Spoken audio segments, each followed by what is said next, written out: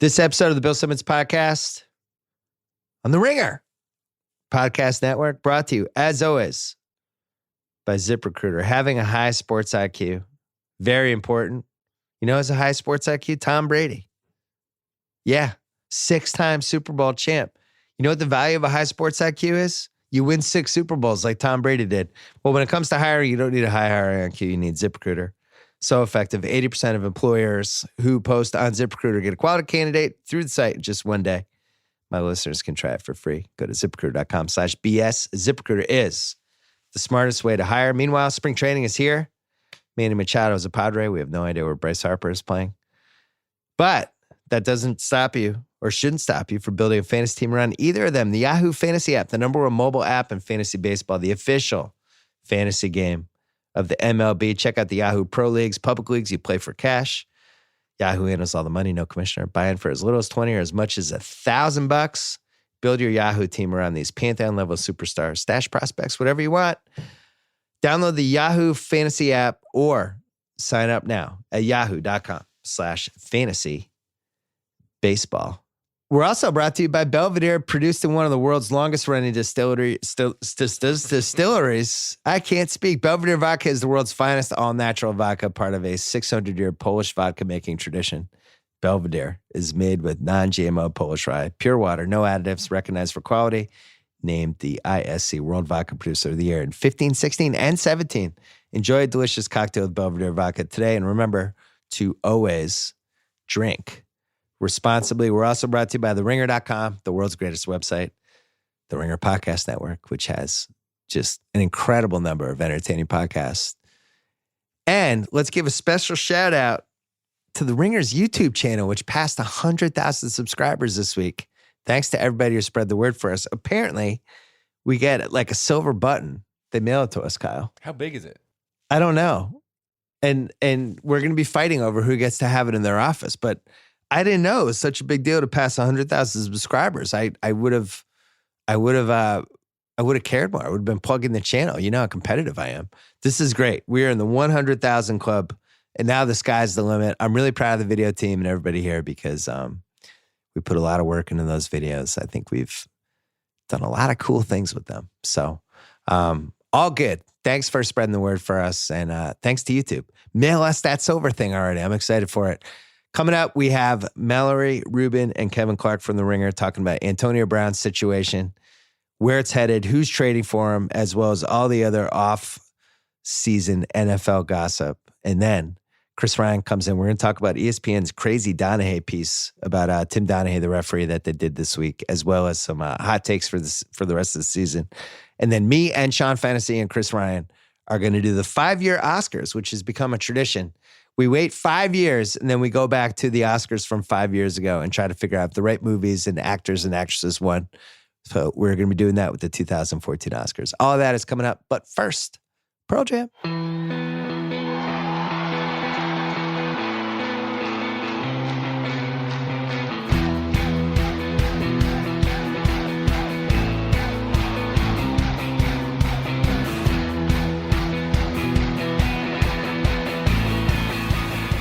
The Ringer's Kevin Clark is here. The Ringer's Mallory Rubin is here. Hello. Trying to get more sports out of her before she goes into the Thrones quicksand.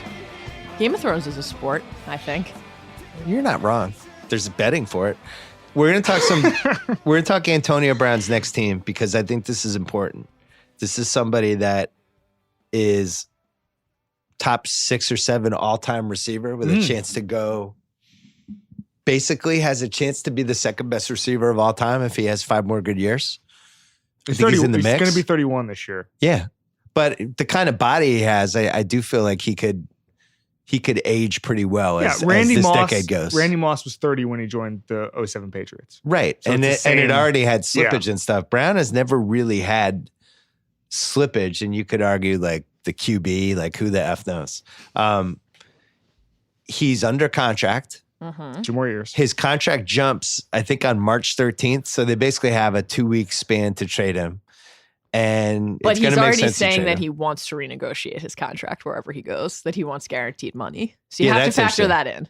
I don't know if you heard him say how he's made $75 million already. He's very happy to tell people that because fans love hearing stuff like that.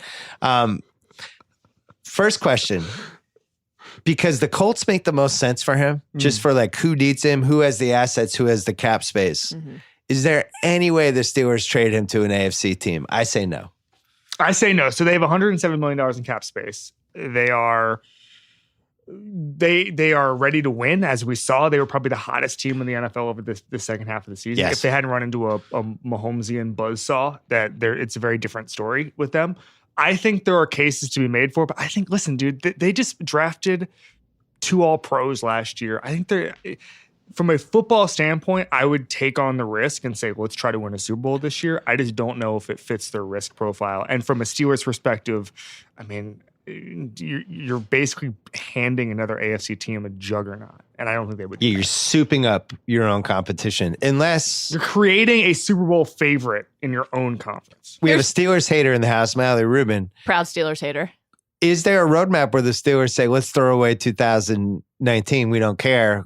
Let's just get the most for him because this is our rebuilding year. If he wants to win a Super Bowl with Indianapolis, knock yourself out." Well, so the Brown thing doesn't exist in a vacuum, to answer that question, right? He's demanding a trade. They're acknowledging that they're shopping him. They're not. They've announced they're not tagging Bell. No surprise, of course. Right. But so Le'Veon Bell's going to hit the market. The Roethlisberger era is coming to an end. So that's the heart of the offense for this last run of dominance, gone or about to be gone. So sure, maybe they're entering a rebuilding mode, but I don't know if that cancels out the unwillingness to consider an AFC rival. However, then you factor in how hard it's going to be to find the partner they need, because they have very little leverage, given that he's been out there saying for all this time, I don't want to be a Steeler anymore, right? The fact that he then came out and said, I want to renegotiate my deal and I want guaranteed money. Yeah, that wasn't great. And that the GM, the team has come out and said, we're going to demand like a star load for a star player, right? That's a pretty tough calculus. You can't also then say we're only going to consider 5 teams. That said, I think Ravens, Browns, Bengals, Patriots are probably non-starters. The Browns would be amazing. The Browns would be $78 million in cap space. The Browns would be a great destination for him. It's unfortunate. I thought about this. Yeah. The 2 sort of fantasy destinations from a football dork perspective are the Browns and the Chiefs, and I don't think they would trade them to either. I didn't even put the Chiefs on this list because that's you can't trade them to the Chiefs. They have $25 million in cap space. Can I ask a question? He would just be unbelievable in the Chiefs. Well, I have a nugget on that, but go ahead. Always count on Clark for a nugget. I love when Clark has nuggets. I hate to be the Debbie Downer, but I feel compelled to mention and ask about the domestic incident and the fact that the NFL is currently looking into it, whatever that means, given that it's the NFL. Now, the police are not investigating the incident currently, based on my understanding. Is that right? But does the fact that the NFL is investigating this claim have any bearing on a potential deal, or is the fact that unfortunately this is the NFL and terrible things happen? They came out pretty aggressively after that happened, pointing out some of what they felt like were the factual flaws of the argument. There was no official police report, like all that stuff, right? I think the fact that this is the NFL, and look, I mean, the Browns just acquired Kareem Hunt. Well, right? yeah. I mean, it would be naive to the point of absurdity to say that this is something NFL teams would care about, but feel compelled to mention it as a factor in his offseason. Well, the Chiefs waiving Kareem Hunt, and unless there's nothing to this AB thing, but like then going that way would be a weird move. What was your nugget on the Chiefs? It was that when I spoke to Brett Veach earlier in the year about Mahomes and how to build an offense around him, he literally said the player he looks at when he's scouting wide receivers is Antonio Brown. Because what you have, he said, you have to put receivers on your board who can extend a play and it's almost like hoops. You have to know exactly where they are. You have to know exactly the chemistry when you're throwing to a guy. And he was like, you look at Antonio Brown, he's the best to ever do it. What they're looking for. So if you're looking for an Antonio Brown type in the draft every single year and Antonio Brown becomes available, maybe it's the kind of thing where you say, you know what, screw it. Let's just give up a 2nd round pick and see what happens. I'm not saying that's going to happen. Again, they'll have $25 million in cap space. They're going to tag D Ford. I'm just saying if you want to go all in on a rookie contract, hold your noses for this next point. Oh boy. He's the perfect Patriot. This is like How many minutes into the pod are we? About 5, 6? About 5. I, About in my 5. own personal Yeah. over-under, had 3.5 minutes for Bill. I thought that was going to be the Patriots. first question. Yeah. Did you ask? I'm just think- frankly stunned by your I restraint. think there's a 0% chance they would ever trade him to the Patriots, but you're They talking about tried. 2 decades of Brady. Mhm. This is the ultimate type of receiver that he succeeds with. He's had Troy Brown in 2001 was 75% what AB is. Mhm. Deion Branch was a bargain basement AB. The Welker, what he has with Edelman, Antonio Brown's like the best ever version of that. Yeah. He'd be unbelievable. So there's a couple of things. Number one is that Antonio Brown led the NFL, was third in the NFL last year in go route efficiency. So basically his best route is just going right down the field. Oh, well, that's And- bad for Brady. Yeah, that's what I was going to say. I was going to say, listen, Antonio Brown can cut over the middle of the field as good as anybody. That's kind of the Brett Veach thing. That's kind of the Chiefs thing, is that he can really get open over the middle of the field. But his most efficient route last year was just going straight But ahead. I feel like he's like an unbelievable slot receiver who also has the ability to beat anybody deep. That's what makes him special, and that's why he's one of the 5 or 6 best ever. He's like if Julian Edelman could also just beat people on a straight line. Yeah, no, I mean, then that's what it is. I think at one point, I don't know the final tally on this, but for most of the season, he was leading the NFL in uncatchable balls thrown at him because Roethlisberger was just so inaccurate. Well, and that's so the I other think thing. they could If you're- extend his career. Yeah, if you're getting him, you're getting Yeah. somebody who Yep. was just with a quarterback who I thought underperformed and was really erratic Right. and might not give a shit the same way he Whereas did 10 years ago. Tom Brady was just peak performance all season long. Never gave anybody a reason to wonder if he was slowing down. Kyle, how many Super Bowls do we have? That'd be 6. That's right. I can't. I always have trouble. Is it 5, 6, 7? It's 6 Like now, once yeah. it gets past 5, it's like you gotta like take a breath and Yeah. be like, how many did we win? If you were eating more strawberries, you'd have a better 6. memory. But I know you like to 6. follow the TB12 diet. 6. Yeah, some garlic. I love this. The throwing the ball. I love this for- because she gets to make fun of the Patriots, so I can just sit here and take it all in. You can focus on the Nuggets. Yeah, I don't have to be the heavy here. You can be the heel. Here's why I don't think they would go for Antonio Brown, because they've just proven they don't need receivers to win a Super Bowl. They had one, and they had Oh a my broken down God. tight end and I a have bunch to of say, weird running backs, and they of won the Super all Bowl. your insufferable Patriots takes, the Yeah. Patriots don't need Antonio Brown is Yeah, like we don't. one of the most reprehensible. Well, we don't need him. I want to talk about this for a second because Sorry. I Sorry for being honest. when I was in Mobile, Going 12-4 next year. We'll see you in the Super Bowl. when I was in Mobile for the Senior Bowl, I saw a GM, and I was talking to him, and I was trying to do a story on how the Rams and the Patriots have the opposite team building philosophy. And I was like, it's crazy. The Patriots have this team building philosophy where they just win on the edges. They never go all in like the Rams do. And the GM looked at me and he said, "Listen to me. Nothing matters except Belichick and Brady. That's all they've proven that over and over again. Nothing matters." And I don't think it's that, but I just kind of think I agree with you. Like, It's We're a house sitting here- with great bones. we're sitting here and saying,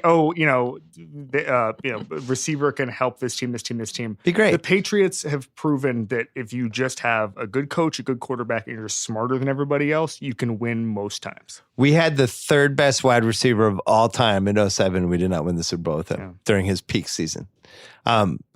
I am convinced more than ever that they just benefit from other teams falling apart and doing dumb shit. Yeah. And that's like almost part of the Belichick Brady greatness. They're a casino. I will say this, though. I watched Inside the NFL and I watched Mic'd Up and I watched all the other NFL Network content where guys had mics during the game. McVay lost that Super Bowl before the game when he went up to Belichick and it was like the Chris Farley show. Did you see that? Hey, Bill, it's such an honor to go against you, man. Man, I just really love what you guys are doing. Belichick's like, I'm trying to win a Super Bowl. Like, could you go away?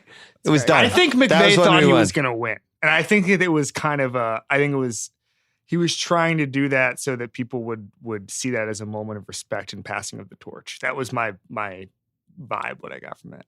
Kevin would never go up to another writer and offer a compliment. He just goes up and says, "I'm going to opposite. crush you with my nuggets. Yeah. Get out He of my would way." sit next to him in the press box and then Just try stare to at him? Yeah, just stare him down. Maybe do some passive aggressive tweet. I would Most, do most the people Jim elbow out of the way, but you just wear an extra large I would do wristwatch. the Jim McMahon Rozelle thing. I would just have their name on a headband.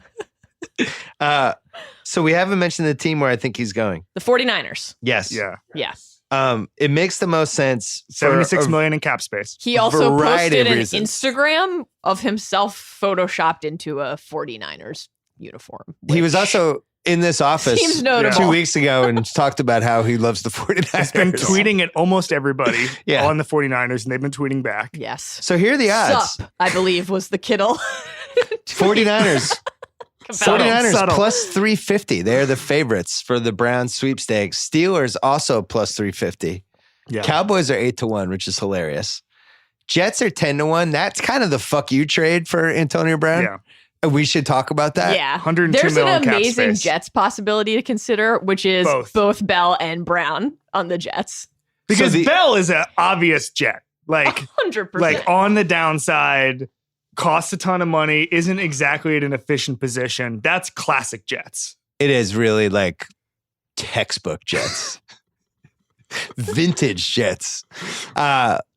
If they really, the fuck you trades for Brown are number one, Buffalo. Buffalo. Oh, yeah. Where it's like, Absolutely. enjoy Buffalo. Enjoy the smallest city we have. Josh Allen connecting on one of Enjoy 15 Josh deep Allen balls. as your quarterback. Enjoy getting your ass kicked by the Pats. And enjoy not exactly the most diverse city. There you go. Good luck. That won't be great. The number 2 fuck you city is the Jets. I Yeah. don't know. I think he might like Well, that. he won't realize it's a fuck you city until we're 8 games in and Sam Darnold has just thrown 5 picks against the Chiefs. And he's like, oh shit, what did I do? I think that he has a unique ability. There's not many receivers who can make an offense that much better. You know, there were 3. I think he was number 2 in the NFL last year in 30-yard plus touchdowns. Number 1 was Ty Hill. He was tied with Saquon Barkley. If you want more Saquon Barkley My hero. Island ammo, there it is. Love that guy. But I think that I think that one of the interesting things is that Odell Beckham might be on the market too. And I just Good. I know and Pass. what you'd rather have Brown than Beckham? I wouldn't go near Odell Beckham. Wait, why? Why? I think the chaos that he brings But is how can you- insurmountable. But how can you say that What? about Beckham and not Brown? Because Brown's actually been on teams that succeeded. And I think the situation he was in, I can at least was the success? understand. Was it losing to Blake Bortles? Was that No, the he's- success? They've won like 10 to 13 games almost every year. yeah, but he's except never last made year. a Super Bowl. No. But whose fault is that? I don't know. Whose fault is it that the Giants haven't? Well, Odell there's- Beckham has been operating with a worse quarterback. Eli Manning is just not very good. I don't know if you've checked in on Eli Manning since he beat your team in a Super Bowl, but he's not very good. He's not very good. I just think the cost is less for Maybe only Less because for he's Brown. younger and the cap hit Yeah. is similar.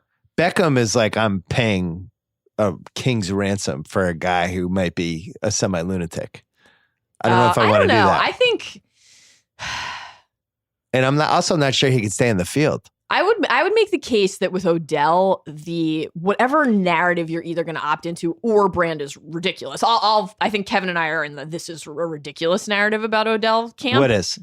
That he's a distraction and that there's chaos. There's no But such thing as a distraction. regardless of whether you think that's true or not, I would say that with Odell, it's more predictable in the sense that it's always sort of a piece with the other things that he does. He really cares about winning. He wants to win.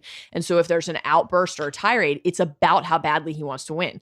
What part of the last few months or years of the Antonio Brown experience was predictable? So that would be Getting the rub. on a elliptical or whatever he was on and doing an Instagram live to talk about the new nickname he wants and his new contract Big demands. Chest. I think the Masked Singer was the biggest red flag. And how happy he was to be on that Dancing with He was Stars so with Red Flag. happy. The whole thing that happened the last week where he wasn't playing and all that. I agree. He brings his own version of chaos, but I just think his resume is at a whole other level than Odell's. Okay. I mean, Brown's like right now probably like the 5th best receiver ever. Sure, but in 2019, there are better receivers than him. DeAndre Hopkins is probably better than him. I think Odell, on a talent basis, is probably going to have a better 2019. So you're saying you'd rather hitch your wagon to a younger Odell No. because you feel like it's an equal level of chaos with I either would, guy? I would look at it as how much he's going to cost, similar cap hits the next 2 years. It comes down to what the Giants want to get for him. If you can get Odell Beckham for a first round pick, I would take him. So if you're the Niners, That's what you have Amari the- Cooper costs. And Amari Cooper's just pretty good. you have the second How pick. dare you talk about your slow news day co-host Amari Cooper that way? Darnold canceled on Slow News Day. because he's focused That's what I on heard. building a new He's offense. the new Matt Stafford. With Bell and Brown. You have the second pick if you're the Niners. The Steelers have the 20th pick. Yeah. The Steelers call you up and they say, let's flip first and you can have AB. Did the Niners do that? They should. Yeah. They should, yeah. You get to move up 18 spots. They should. They have to build an offense around Garoppolo. They have to. Or Nick Mullins. This is one of your best Nick takes. Mullins. Oh, that's Play action lord. Nick Mullins over Garoppolo? No, I'm joking. Nick Mullins with Shanahan over like 10 NFL starting quarterbacks, but not Garoppolo. Somebody had a take online today that was so in your red hot take wheelhouse. It was the Tevin Coleman. Tevin Coleman is a Coleman better over free agent than Le'Veon Le'Veon Bell. Just- I how feel about like just- Kevin quietly agrees with that. I don't. Oh, Fresh legs. No. I think he was jealous of it. No. Kevin You're loves jealous of fresh it. That's legs. wrong. It's not about that. It's about never signing a running back a free agent. Yeah.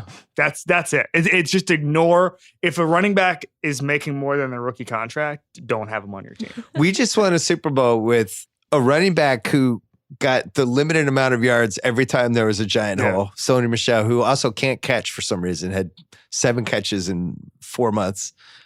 Rex Burkhead, who's like, what is he? James he Devlin. made huge plays in the playoffs. And then James White, who basically didn't even really play. I would agree. It doesn't seem to make a lot of sense. I want to talk about distraction culture for a second because I just feel like it's so.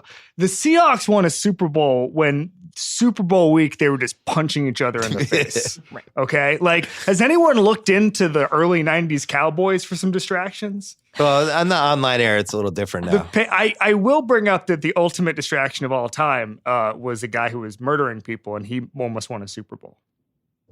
Who is that? Aaron Odell Beckham? Hernandez. Oh, Yeah. Aaron Hernandez? What? I mean, he was a distraction in the locker room. If anybody's ever been They a didn't know distraction, about the that's him. murders. I mean, Jesus. This how is many what they have crimes to have do, you Kyle. committed I didn't in like the that. locker Kyle, room? this is what they have to do didn't after like that. 6 titles. They got to bring up Hernandez. He scored the go-ahead touchdown in the Super Bowl, and he had committed at least Well, long- nobody knew at a that long point. list of crimes. Jesus. Speaking of distractions, At the very Yeah. least. Distraction culture. distractions not always the player, sometimes the coach. Yes. How about John Gruden and the Raiders? Yeah. Great Oh. one. I'm going to do the Great one. Sopranos. Oh! Around 60 million in cap space. So that is, This feels right in a lot of ways. that's 20-1. This feels right to me in a lot And of that's ways. where the Steelers already did business with him with Martavis Bryant. Right. So they the other know ones, they need a marketable star heading into the Vegas year, right? A season away from that, but you got to start thinking ahead to that. he loves star power, doesn't care about distractions. You can hear him right now at his first press conference. This Antonio Brown. Jets are 10-1. Packers are 12-1. I'm crossing them off because I just don't think they're going to trade him to a Hall of Fame quarterback and then set up the narrative of Antonio Brown trashing Ben Roethlisberger and is like, now I'm with the real quarterback. They're not doing that. Yeah. And then Saints are off the board too. They're for the same reasons. What about the Cardinals? Yeah, the Cardinals have a ton of cap space. Yeah. It's a good fuck you team. 14-1. It's a good FU team. I don't understand why, if you're the Cardinals, you'd make that move. I mean, they have a weird identity crisis. They signed Charles Clay yesterday. They've signed 2 of the guys the Falcons. Are you have saying cut. they're poorly run because they've just hired a coach and then fired him 9 months later? and hired a fired college coach? And hired a fired college who coach? would have probably taken the job as offensive coordinator if you'd offered it to him, since Yeah. he was a college offensive coordinator. Definitely easier to win in the NFL than at Texas Tech. Everything will be fine. And with a quarterback who's worse than either Patrick Mahomes. Well, so that's the Yeah. scenario I want to quickly play out. This fantasy thought experiment that the collective football fandom is engaging in, where they get rid of Josh Rosen. Cliff drafts Kyler Murray, who he has openly said, obviously this was before he took the NFL job, he thinks is a number 1 overall talent. And then they pair Kyler Murray with Antonio Brown. They're already working out together. Antonio Brown's already catching passes from Kyler Murray because they've been working out his Antonio Brown's cousin. Yeah. Hollywood Brown, who's also an NFL prospect in this draft class, is Great Kyler name. Murray's Incredible Oklahoma name. teammate. They've all been working out He together. also works out with Russell Wilson as well, if I'm not mistaken. So you think Antonio Brown. You think there's a Seattle possibility? They here? took on the guy who was punching people, Percy Harvin. Can't be worse than that. I'm trying to figure out whether Sean Fennessey or Danny Kelly would process this. Okay, so In healthier fashion with Seahawks, the Jets or $52 million Seahawks. in cap space. Mm-hmm. They had the number one go route receiver last year, Lockett. Mm-hmm. So now you just run go routes over and over, 4 verts over and over again. That's a sustainable offense, baby. I like it. Simplify the offense. Give Shoddy. Russell Wilson more time to work on his trivia app so that Roger Sherman can win more money on it. The best part of it is they get Antonio Brown, they get Tyler Lockett, they still run the ball on the first 2 downs on every single. Brian Schottenheimer just runs the ball up the middle on every single play. And then on 3rd down, they throw a 3rd and 10 heave to Brown or Lockett. Incredible. I got to stick up for my Antonio Brown, Odell Beckham point. Okay, go ahead. I think he's a level higher. Okay. I just do. He is. I really like Antonio Brown. I really honestly think if he could just stay healthy for 3 or 4 more years, he would be the second best receiver of all time. He's not at the level he was in 2015 and 2016. He's a little bit, as far as the efficiency stats, some of those things, he has dipped a little bit in productivity, Brown. I still think he's an elite receiver. I just think that I'd rather have a 26-year-old at the same cap number who has just some of the best athleticism we've ever seen than a 31-year-old. By the way, Antonio Brown, sneaky left-hander. He's another one of your left-handers. I think Brown costs me a lot less, and I would rather do that. And is potentially better short-term than Beckham is. But I don't have to give up all I would have to give up for Beckham. I don't think the Giants trade Beckham for anything less than 2 firsts. Because now they're kind of stuck in the position they're in. You could get Brown by flipping 20 for 2 potentially. And then you get Brown out of it. Like, to me, that makes much more sense. Yeah, no, I'd rather have that. I'm not saying that that you should sell the farm to get Odell Beckham. I'm saying that if you were, which one would you rather have on the team? I'd rather have Odell Beckham. Le'Veon Bell, quickly, where does he go? Oh, God. The Jets. Yeah, there's going to be some. Right? It's unfortunate that the Browns are smarter, because it would have been a classic Browns overpay 2 years ago. Can we say the Browns are smarter when they just brought Kareem Hunt in at the running back position? It's more. I'm talking when more they had a running back. That was the thing. It's like Nick Chubb's good. Yeah, I had him on my fantasy teams. Nick Chubb is good. That guy was good. Somebody liked the Jets. Yeah. Can I give you the Le'Veon Bell odds? Yeah. Do you know who the favorites are? I'm gonna say the Jets are number 1, and then they're tied for 1 with another team that has won a Super Bowl this century. That is in the NFC. Is it that has a quarterback that Mallory despises for off-field reasons? What? That has a fan base that screams ahoy after they score touchdowns. The Tampa Bay Buccaneers. Oh. For some reason, Mallory was trying to figure out of all the quarterbacks she despises. I thought you were. For some reason, I thought this decade instead of this century. 6-1 for them and the Jets. The Bucs. That makes sense. You know who's not a good general manager? Tampa Bay's general manager. Who is that? Jason Light. Not good. No. Not good at his job. No, not great. Ravens are 7-1. Mal. Colts plus 750. So. Colts plus 750. The Colts are pretty fun for him. But would it have to be a trade, or could he just sign? He's gone. He's gone. They're not going to tag him. Yeah, they're not going to tag him. He's Colts totally are pretty gone. fun for him. He doesn't have mileage on him. But he, he sat out last season. He's had injury problems. He's had suspension problems. It's not like he's Mr. 16 games a year in his past. I mean, Kevin would just put every running back on the planet on a leper colony. So I just think that there's just not a lot of guys who make your team better at the running back position. What would you pay for Nick Foles? If I was the Jaguars, let's say, I wouldn't go above 14. I'd get sort of the Case Keenum deal. That'd be fine. It'd be fine for me. So then you'd replace him with Joe Flacco in a year? I would replace him with Joe Flacco in a year. What was that? What are we astonishing. doing? Every day I think about it, I feel better about it. I still can't believe it happened. I thought Roger did a nice job. That piece he wrote about Elway's, the QB stuff, about Elway gets credit for the Peyton Manning thing, but that was like a no-brainer. I'm not sure he deserves credit for that. Where it's like all these teams wanted him, and he gave a list of the 3 teams he'd go to, and Denver was one of the teams. Right. Well, also, so I don't know if that goes in the win. The runners-up were like the Cardinals and the Titans, and no one has ever accused those teams of being super savvy. Right. So the whole thing is very strange. I mean, he lucked out with Peyton Manning, good for him, but he has not made a good quarterback move since. That Peyton Manning team they won Super Bowl was very well built. They had a lot of guys on great contracts. They got some bargains, but since then it hasn't been great. Where do you want Foles to go? AKA Big Dick Nick. We need in our lives on a good team so we can just make Big Dick Nick jokes. I think the Jags would be really fun. I could see a Washington pairing if not for the division rivalry factor. Who's our writer in our NFL Slack who keeps posting the Alex Smith photos where he's wearing like is it Riley? The leg. Is it Megan?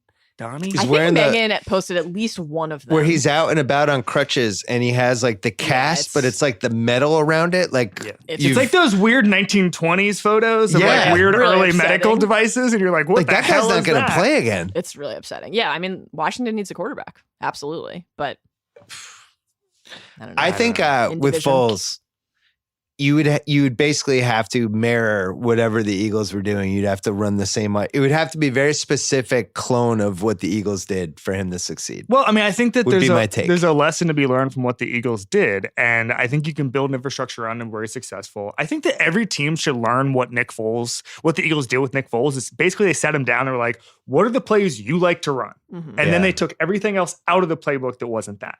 And I just feel like we sit here and we just overcomplicate these offenses and stuff. And what the Eagles do with Nick Foles is pretty admirable. I think you need talent around him. I don't think he'd be that great with the Jaguars, but I just think that I'm down on the Jaguars too. Hold on, I'm going to tell you the team I think he should go to. Is it the Patriots? Here's the answer for Nick Foles. I don't care where he goes because the Patriots have won 6 Super Bowls. That's my take. Kyle, 6, baby. How many? 6. So all this hatred's making us stronger. We've seen Foles' hands in big games. Ooh. Yeah. So just stick him at tight end with the Patriots, replaces Gronk. He probably has 400 yards. Is Gronk going to retire the next 2 weeks? Well, Rosenhaus came out and said he's thinking about the next couple weeks. Free agency starts in what, 3 weeks? Do you know about the much scrutinized him and Belichick about to walk on the podium? That whole clip, that whole exchange they had. I'm not sure. It's a big deal in the Patriots fan circles. Patriots Reddit. It felt a little goodbye-ish. Was it about again threatening him with a future with the Detroit Lions basically Gronk, in order to try to get him to retire? It was like a thanks for everything kind of. It felt like something you would say on your last day at work. It was upsetting. What's Gronk's next move? WWE. WWE. Are we sure that the guy with the bad back can get body slammed? I think you use him the way you use Brock Lesnar, or how it's somewhere between Lesnar and Rousey, how you're using him like 20 times a year and very carefully. Are we sure he has a bad back still? Does that ever go away, Mr. Bad Back? I don't know. I feel like 2/3 of the people in the world have a bad back. Yeah. Kyle probably has a bad back now. I know, but Tate does. Tate has a legit bad back. Yeah. I don't know. I don't know what Gronk's going to do. I mean, I thought he might retire last year. I just think that he's going to entertain us and stay in our lives probably more than I think that's one phone call from Brady. To say stay home? I think he just wants to be loved. I think he is still a little hurt from the trade. I think he just needs his back rubbed a little bit. I mean, the big issue for the Patriots right now, because we've won 6 Super Bowls, is God. Our owner is off the rails. Our owner was at the All-Star game with like a big diamond champions necklace pendant thing. Did you see that? I did. Like he's turned into the Rodney Dangerfield back to school character, but like this is just who he is every day. He's going to every party and he acts like he's 30 years old. I was in bed at All-Star weekend before Bob Kraft. How does he do it, Mallory? I shudder to think. I really shudder to think.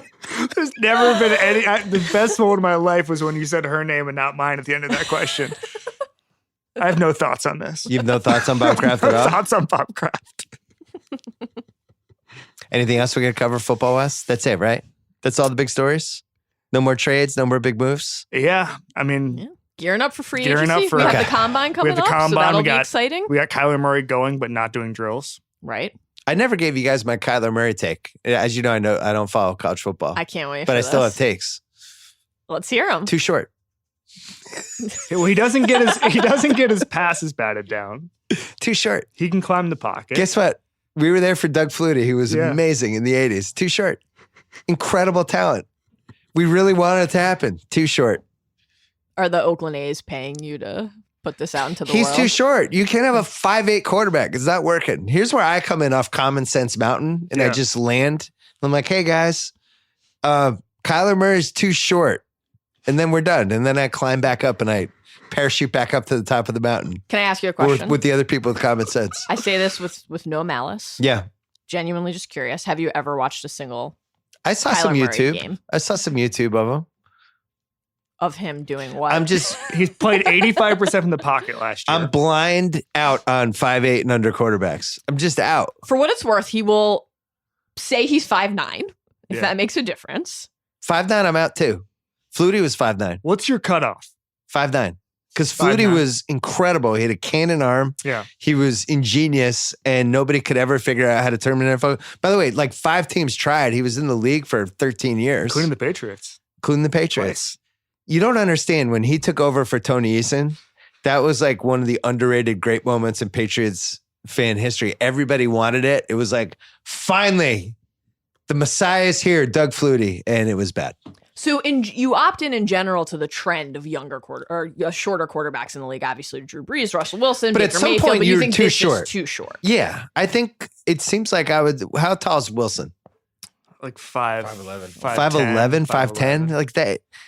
Once you're getting to 5'8", that's just tiny. Plus, on top of it, guys falling on him and all the terrible things that can happen. I don't personally Durability worry about standpoint. his height just because he is so unbelievably dynamic and gifted. When you watch him, it's like this guy has to be able to succeed. He just seems like he has to be. The body type is more of the thing for me. He's so small. Yeah. Like It's I think he it's will. I one think he should hit. be drafted high in the first round, and I think he will be really electric and fun to watch and good. But that is a more reasonable concern to me than the height. I don't know. I mean, Well, this is a very important he's point. unstoppable. But I'm still going to root for him, and I hope I'm wrong. I Right. just personally, if my team spent a first-round pick on a 5'8" quarterback, I would fucking go can I nuts. play? I'm going to play think devil's that's advocate here, crazy. though. I just think that if there's any era in which one hit knocking a quarterback out doesn't matter, it's this era where you can't hit quarterbacks. I mean, like he will not get hit. He will get hit less than any quarterback in history because that's what happens when you enter the league at 2019 instead of 2003. What do you think, Kyle? I think that's a good point. Thank That's you, a pretty Kyle. good what point. about when Didn't he's, like my Aaron Hernandez point, No. but liked my No, Kyler your Aaron Murray one. Hernandez point was terrible. What about when he's running though? When he's scrambling, like not hits that he's taking in the pocket, but when he's just trying to. Create Yeah, I mean, plays. I think that he played as Lincoln Riley came out, I think told Peter King this week, and he played from the pocket more than anybody thinks. Around 85%, and most of his throws are from there. So I think that there will be times that he leaves the pocket, but I think that's just about him learning to play really, really smart, and he can do that. And if you, again, by the way, if you hit a player outside the pocket, Right. you know, when they're out of bounds, that's still a penalty. So it's still, the quarterbacks are still very, very coddled. Well, I'm pro here's Kyler. I'm going to do a 180 on my point, even though I believe in my point. I really hope he makes it because it would be really fun to have a 5'8" quarterback. I want him. As to you end know, up, I love weird. I love the quarterback position when there's just a lot of. Oh, yeah. It's eclectic. I have this guy and this guy and this tall guy and this little guy and this guy scrambles and. He's thrilling to Be great. watch. Like he's thrilling to I watch. hope he makes it. I want him on the Giants. I want him and Odell and Saquon on the same offense. That's my fever dream. If he goes to the Giants, Mhm. what position does he play from? Because Eli Manning is all-time starter for them. Come on. It's time to move on from Eli Manning. I listen.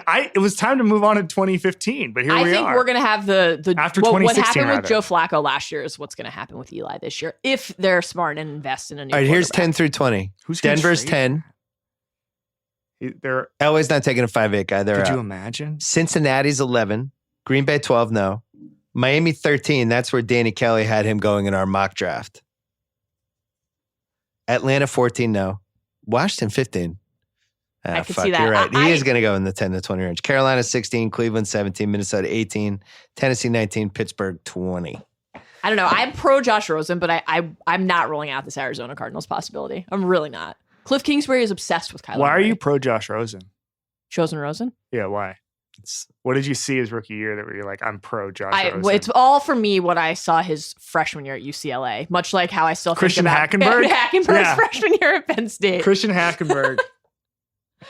You know, I love a one-time promising high school and then college quarterback. I think that prospects who Hackenberg never and panned Rosen out. both had these things. So there were like very, very few good young quarterbacks for like 7 years there. And so for a while in college football, it was just, oh my God, here comes the next chosen one. And it was always like Hackenberg was like that, Rosen was like that. And we overrated these guys just because we were desperate for the next Andrew Luck. Never happened. The story Those about guys Josh got Rosen overrated. correcting the Elite 11 playbook is, for me, that'll keep the torch. Then Sunshine torch Ronnie lit Bass forever. came to Clemson. Trevor Lawrence. Yeah. He's incredible. He He's really not is. draft eligible for 2 years, right? Yeah, he was a true freshman this year. Mallory, who are your 5 most handsome quarterbacks of all time? Ooh. Number 1, Jimmy Garoppolo. Number 1. Wow, she said that so fast. Yeah, I know. He's really Like she'd been waiting her whole life for somebody to ask her. he's extremely handsome. It's like Yeah. it's almost unbelievable.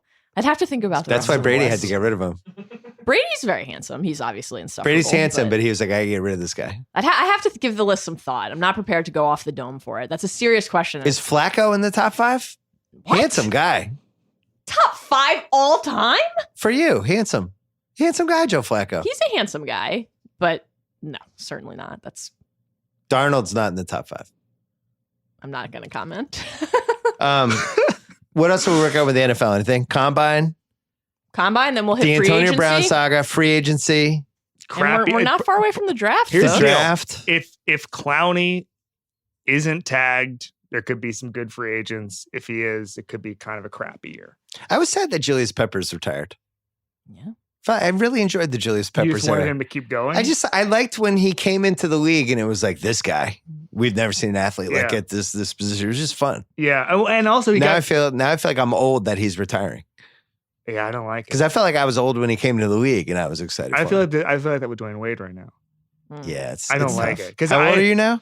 I'm 32. It's tough when the guys in your age range are at the tail end and you kind of look in the Makes mirror. you think about life. Well, I mean, one Kevin thing and I are I- the same age. The I'm one thing having I the same don't recommend is experience. getting into soccer because those guys are done. Yeah, at they're done at 29. like 24. Yeah, and you're just like, what? And everybody who's good now was born in like 2001. Yeah. Just like, oh, this isn't good. I remember my guy was Ken Griffey. We had the same birthday.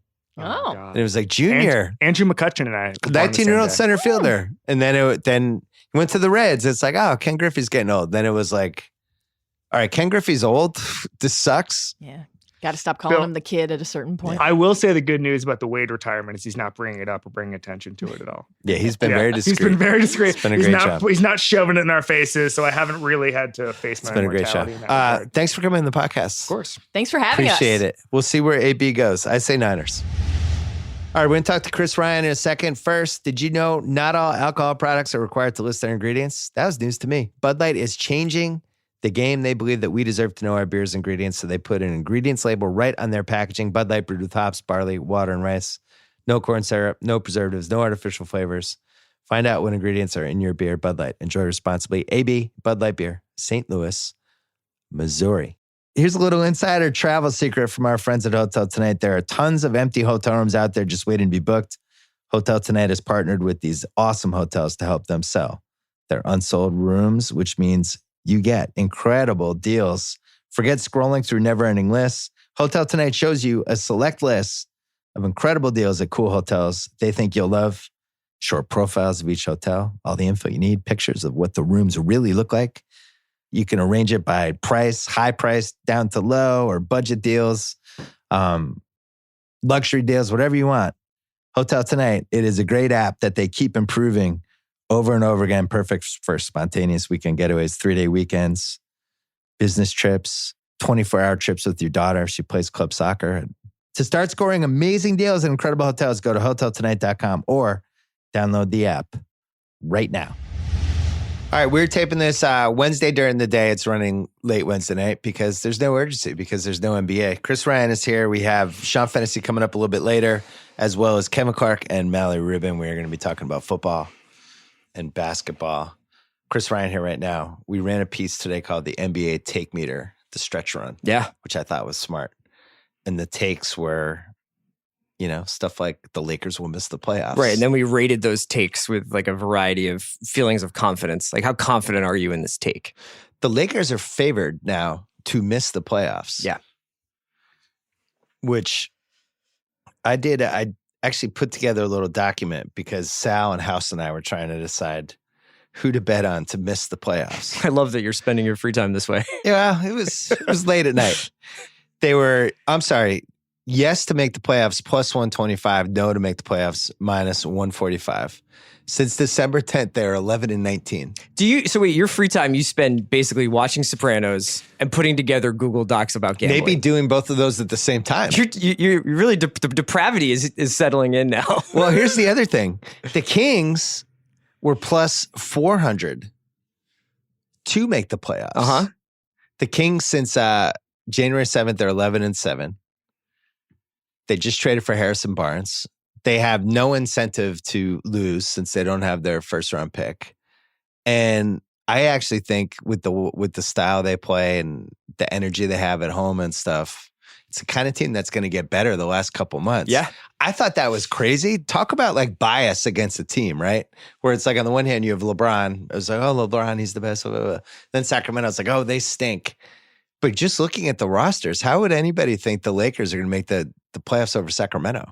What do you think? I also think that the Lakers just have like a catastrophically bad defense without Lonzo. Yeah. You know, when does he come back? Couple weeks. I think he's maybe he's getting close. I'm not really sure when he gets back, but that corresponds with also we got our first LeBron's groin isn't all the way better yet stories, Yeah. That groin is just you can only electrolysis it so much. Seemed okay in the All-Star game though. Yeah, it seemed fine. Do the Lakers miss the playoffs? I think that they do. Yeah. I think that they do. I think that this is like I don't see how you flip a switch with this team of kind of like the rejects and the kids. Like it's going to be really hard for him to do it. I mean, maybe he quote unquote gets and a healthy. Coach that's in trouble. Yeah, a coach who does not like what's Luke really coaching for here? You know what I mean? Where is he trying to save his job? Is he trying to teach the kids? Is he trying to keep LeBron happy? Can you do all three at once? The case for it would be he did this last year and he flipped the switch and got them through it. We ran a piece by Zach Cram this week about the best players to miss the playoffs, and the best player who ever missed the playoffs was Kareem Abdul-Jabbar. Until this season, if LeBron doesn't make it. But Kareem in 75 and 76 didn't make it either year.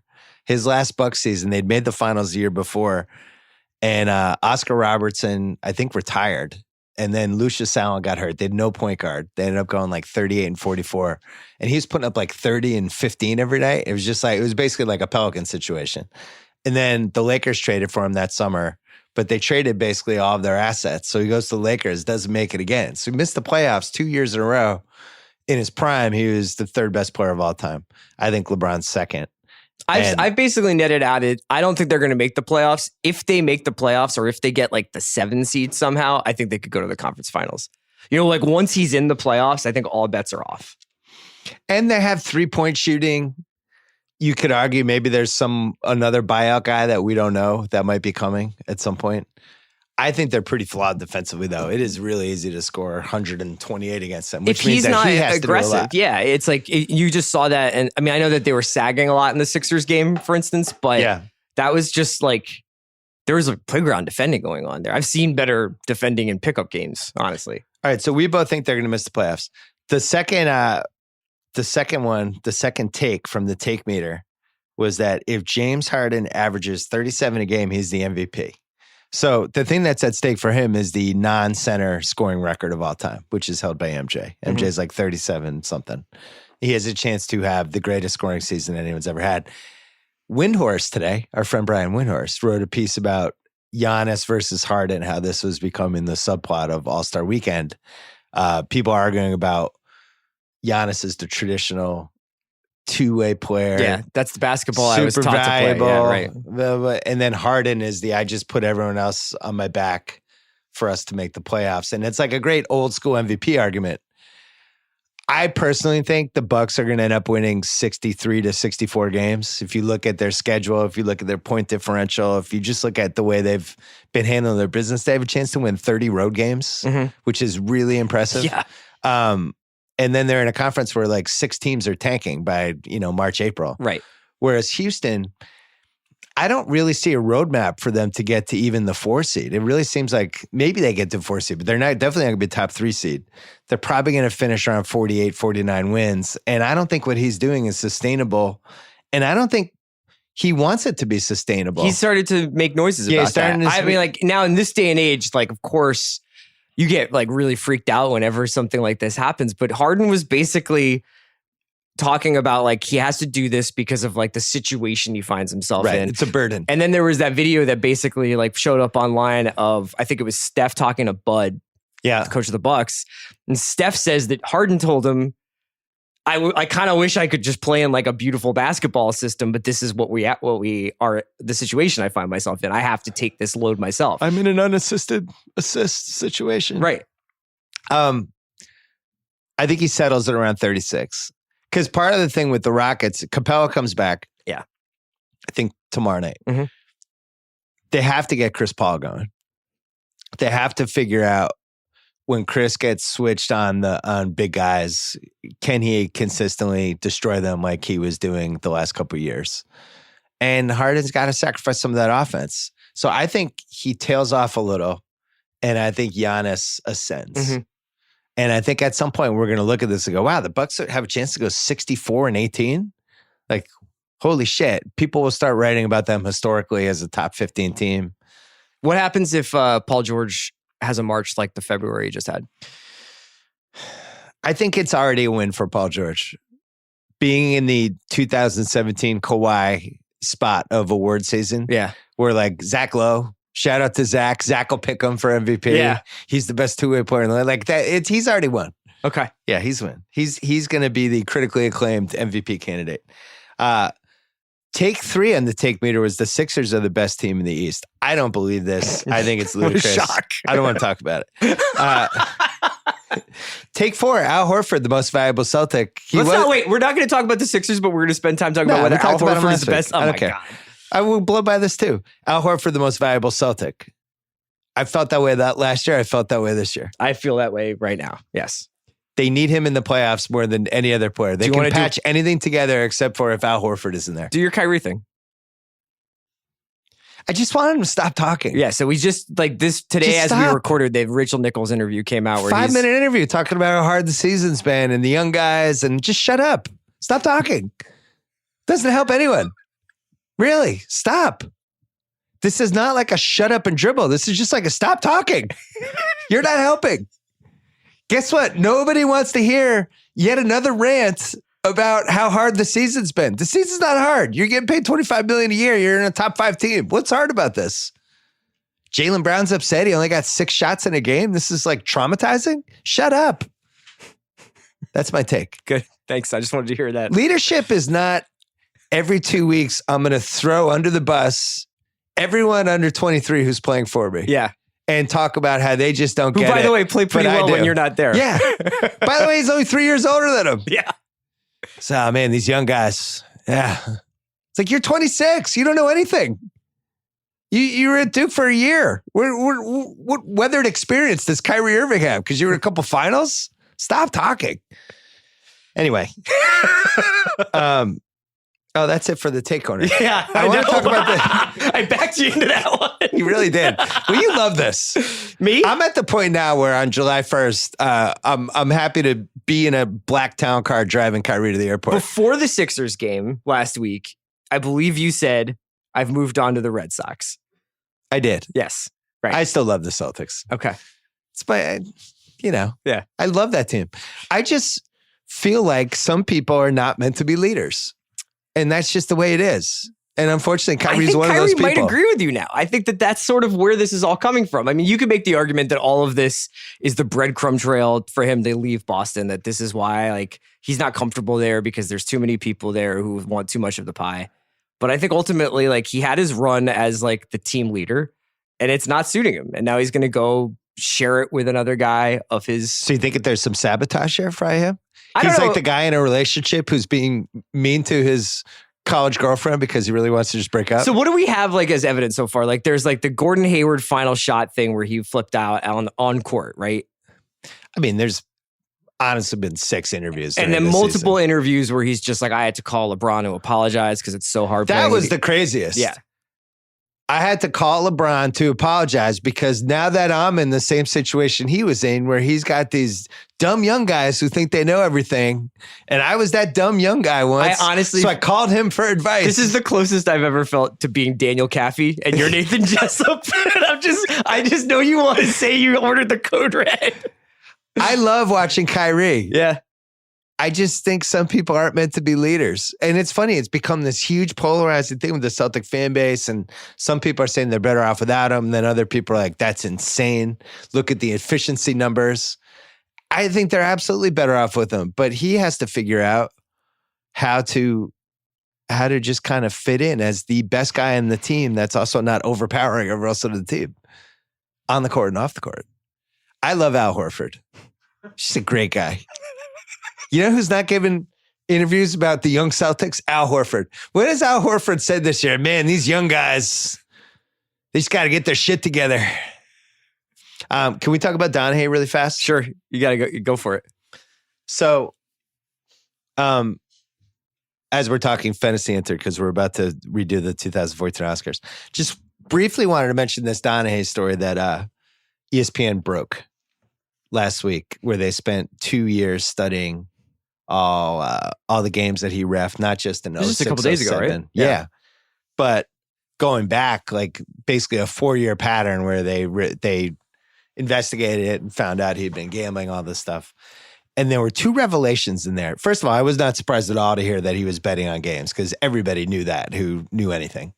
The thing that shocked me was how the NBA handled it. And that was like the hidden thing in this piece that I don't want to say people miss because it was out there a little bit, but basically the FBI went to the NBA and said, we have this guy. We think this happened. And we want to proceed with a bigger, deeper investigation. We want him to wear a wire. At this point, it was like top secret. 4 weeks later, the story gets leaked that Donaghy is being investigated. And in this piece, the FBI side is basically like, we think the NBA leaked it. It wasn't going to come out. They leaked it because they didn't want us to investigate the other refs. I thought that was shocking. I couldn't believe it because, all right, so why would the NBA do that? This is where Chris barely read the story and he's staring at me. Why would the NBA do that though? All right. Either A, they just don't want their other referees to get investigated, or B, they just want the story to go away and paint him as a rogue official, which is what happened over the next year, where they started with the premise this guy was a rogue official who's acting alone. And had debts. And he was a bad guy and he's a liar, and then let's kind of sweep this under the rug. And it does feel like this was swept under the rug a little bit. And I was really surprised that ESPN wrote that story when we are now in this era of nobody wants to piss off their partners. They spent 2 years investigating what I think is like the third rail for the NBA. Because in retrospect, what? We would have to go back and like reevaluate some of the games that he did. Yeah, he was in playoff games. And, and also like how... So one of the things that story covered was just how easy it is for a referee to fix a game. Yes. If they really wanted to. And this was the lesson of this Donaghy thing, which is one of his tricks in the story was that he called an illegal defense early in the game. Because if you call it early, then you can basically call it whenever you want as the game goes along. And it also makes teams act a little differently. Said how, get somebody in foul trouble, 2 quick fouls in 40 seconds. Yeah. That was another one of his tricks. Pointed out this Andre Iguodala game where he did that. Also talked about how he would talk to the other refs about certain things he wanted to push forward and kind of like Jedi mind trick the refs on, Shaq's getting away with that elbow. We got to call that this game. And then just the sheer magnitude of the calls that he was making where it was like he was 23-4, where it was just completely unrealistic how one-sided it was. Right. So I think it was a worthy time to write this piece where in 2019, as we head into the next decade and sports gambling is becoming a bigger and bigger thing, like this is something we kind of have to worry about a little bit here. Not just referees, but like long snappers and back judges in football.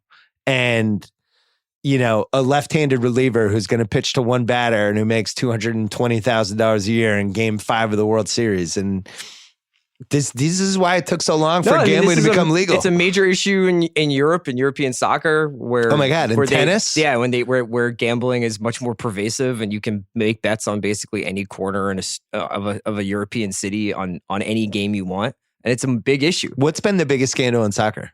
I mean, there's a lot of suspicious stuff and there's a lot of stuff that's rumored. I guess there's a bunch of stuff with Italy. There's a lot of like Italy stuff where there's been huge scandals. There was also like something really weird recently where like a team got beat 20-0 in like a Serie B or Serie C like game. And it was just very suspicious. And they fielded like 7 players or something. Oh, Jesus. It was some weird thing. They always thought tennis was the easiest one to fix because people just bet tennis every day, 52 weeks a year. It's always on. There's always games and more games and more games and more games or matches. And it's just so easy to tweak an outcome in tennis. Like, oh, I hurt my calf. Oh, I have to resign in the second set. Or, you basically could tank 3 points. It's individual in a set. pressure rather than depending on team pressure. Golf doesn't make sense to fix because, how would you? Unless somebody was betting, will you make the cut or not? But that would be, if somebody's betting $1 million on that becomes suspicious. Right. Basketball. I mean, Donaghy, I have in my page 2 archives in 2007, he reffed some of those Suns Spurs games.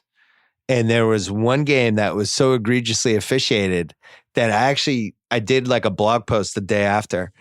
And I put all 3 officials' names in the post. And Donaghy was one of the names. And it was like, this is so bad. This will go down in history as one. And it's like, blah, blah, blah, blah, blah, blah, and Tim Donaghy. Wow. And this was during the year that he fixed the game. So it's like, shit.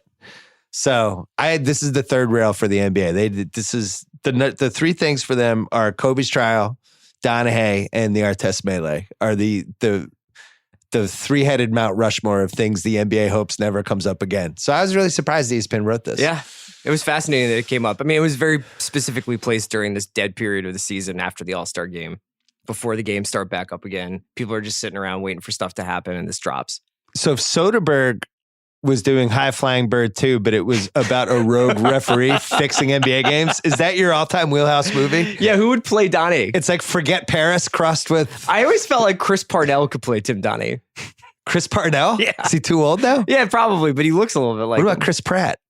No, he'd be like he needed to be heroic.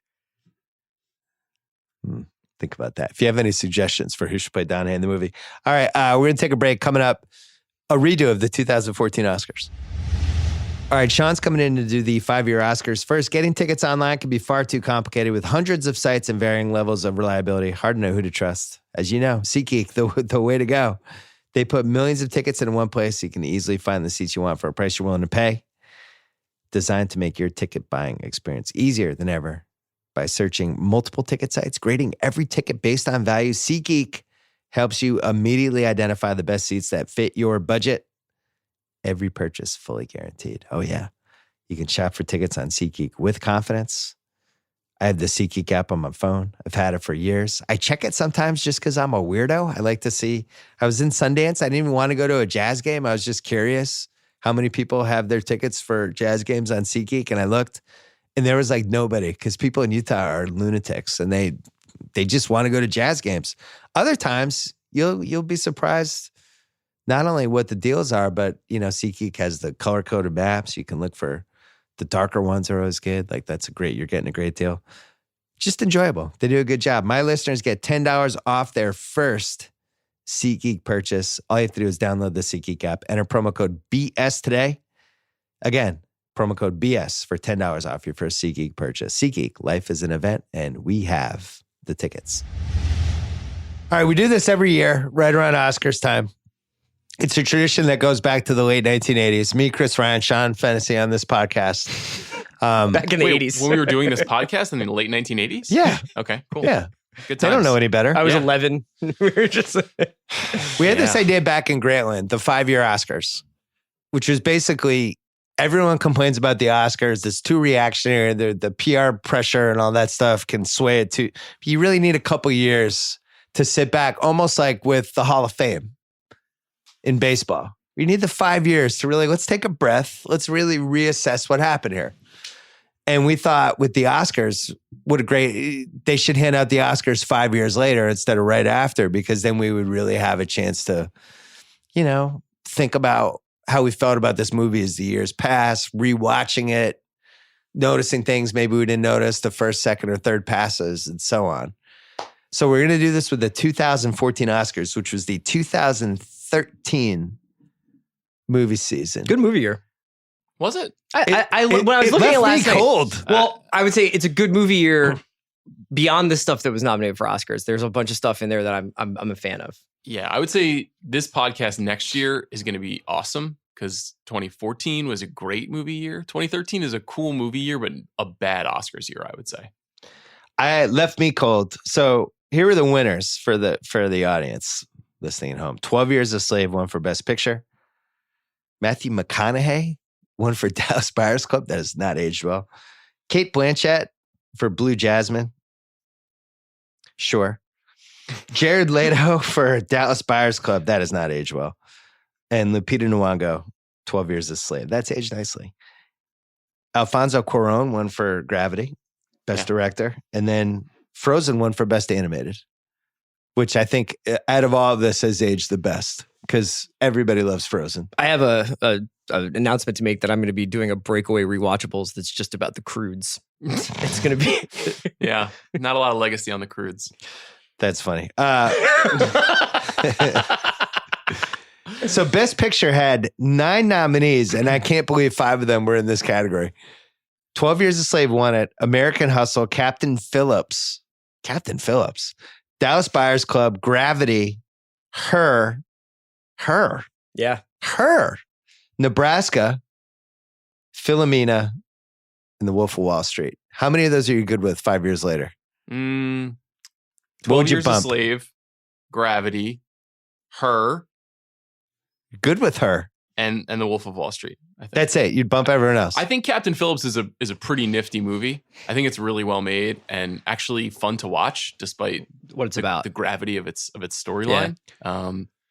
These other movies are traditional classic, like Oscar bait-ish movies, and I don't think they're very effective or memorable.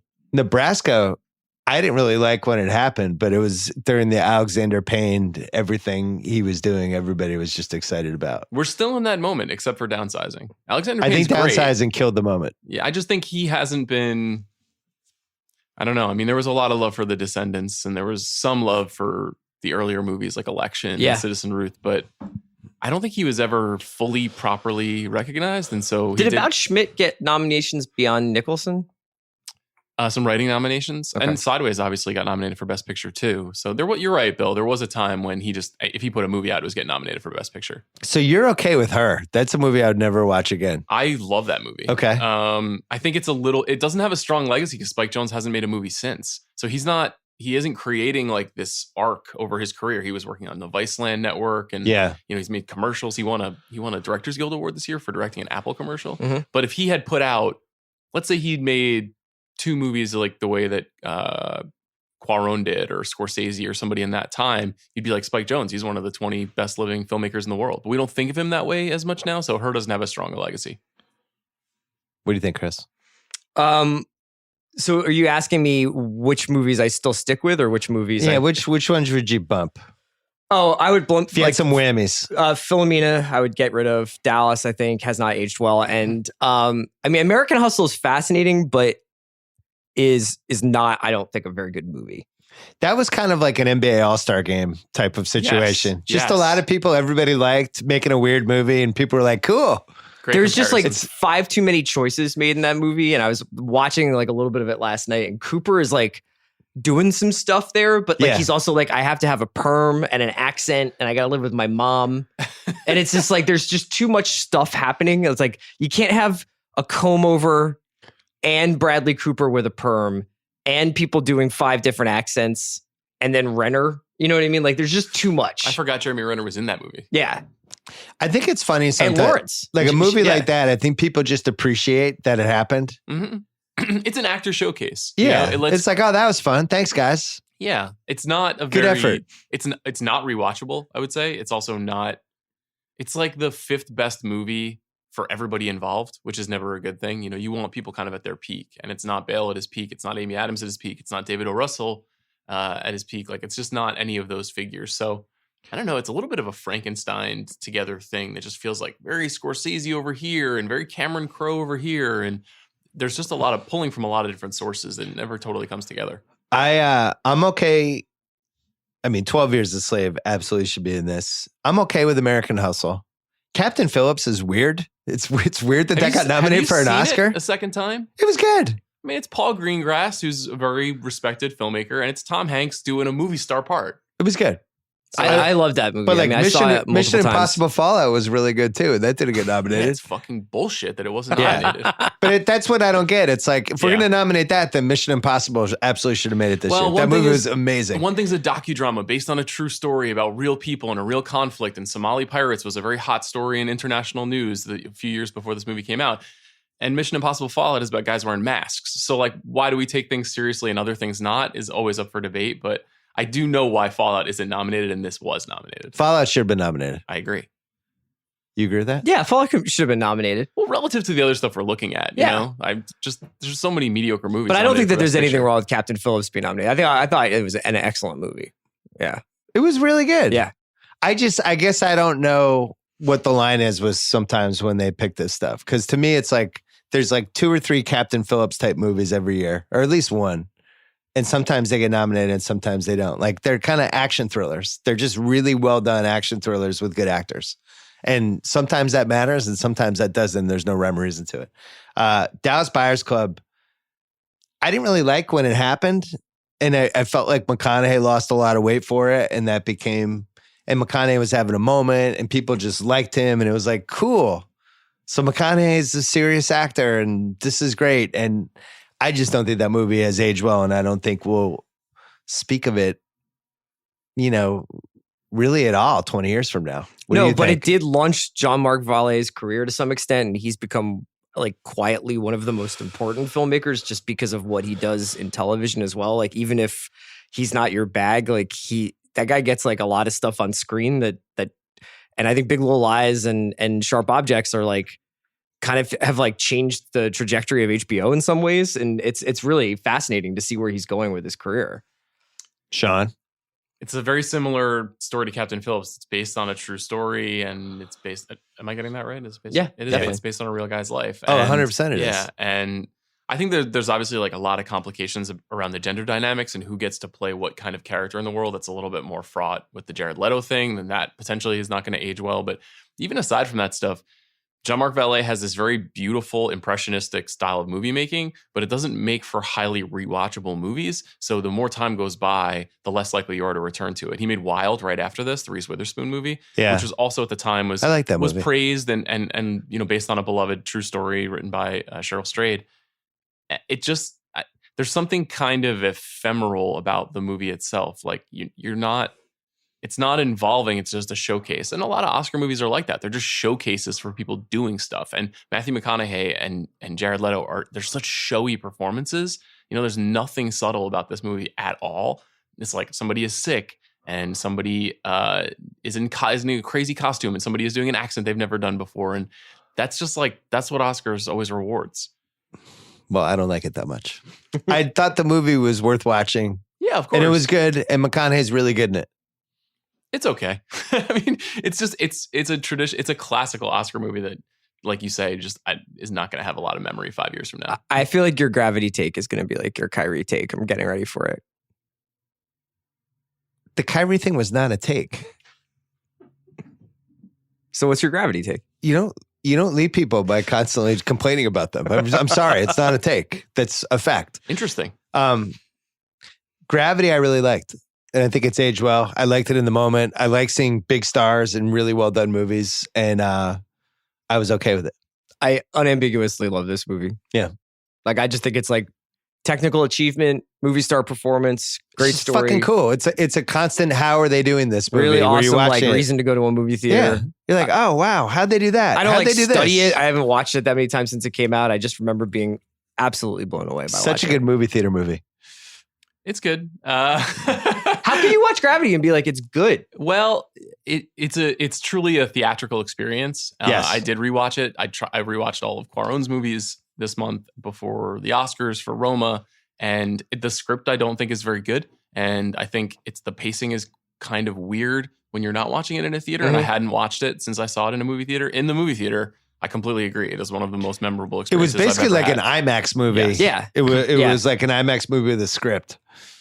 He is a master. I just don't know if it's a movie that I want to return to. Now, that doesn't mean Sure. that it shouldn't be rewarded here. I think that the 12 Years a Slave versus Gravity race was one of the more interesting races that we've had in recent years, and identifies a little bit of the crisis that the Oscars is in right now, where a lot of people saw Gravity. It was a huge hit, and they tune in to see if Gravity's going to win, and then it doesn't win, and they're like, what's this other movie? And then they walk away confused. Now, that's not us. We think and talk about the Oscars all the time, but it does raise some interesting convulsions about the Academy. Her? You're okay with this being nominated? Yeah, I said I love Spike Jonze. You are too, Chris? This was a great movie. Nebraska? I'd be kind of curious to see what would happen if Her came out in Philomena were out. 2019, though.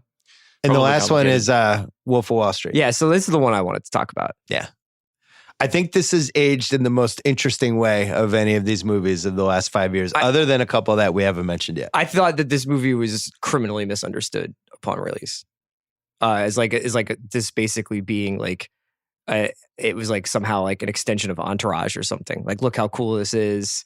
This is so badass what these guys did. Yeah. And it was like, I think it's kind of like hard sometimes when you say to somebody they don't like a movie and you're like, well, you do understand it is a comedy, right? Like that it's a satire. And like, I think people didn't understand that Scorsese and DiCaprio were actively like lampooning and making fun of these people and like trying to show how grotesque capitalism is. And it got kind of distorted as like, oh God, why would I want to see another movie about like these corporate assholes? But I think that this is the movie that aged the best out of this group. It suffered from the same criticisms that I think a lot of Scorsese's movies about gangsters suffer from, which is this perception that he's glorifying people who do bad things, but he just has this incredible rock and roll style of movie making that it gets you excited to watch movies. That doesn't necessarily mean he's approving of the actions of the people. It's funny, this year I feel like Vice came under the same fire. I read a lot of criticism about that movie where people said this movie tries to make us think Dick Cheney was cool because he sought power.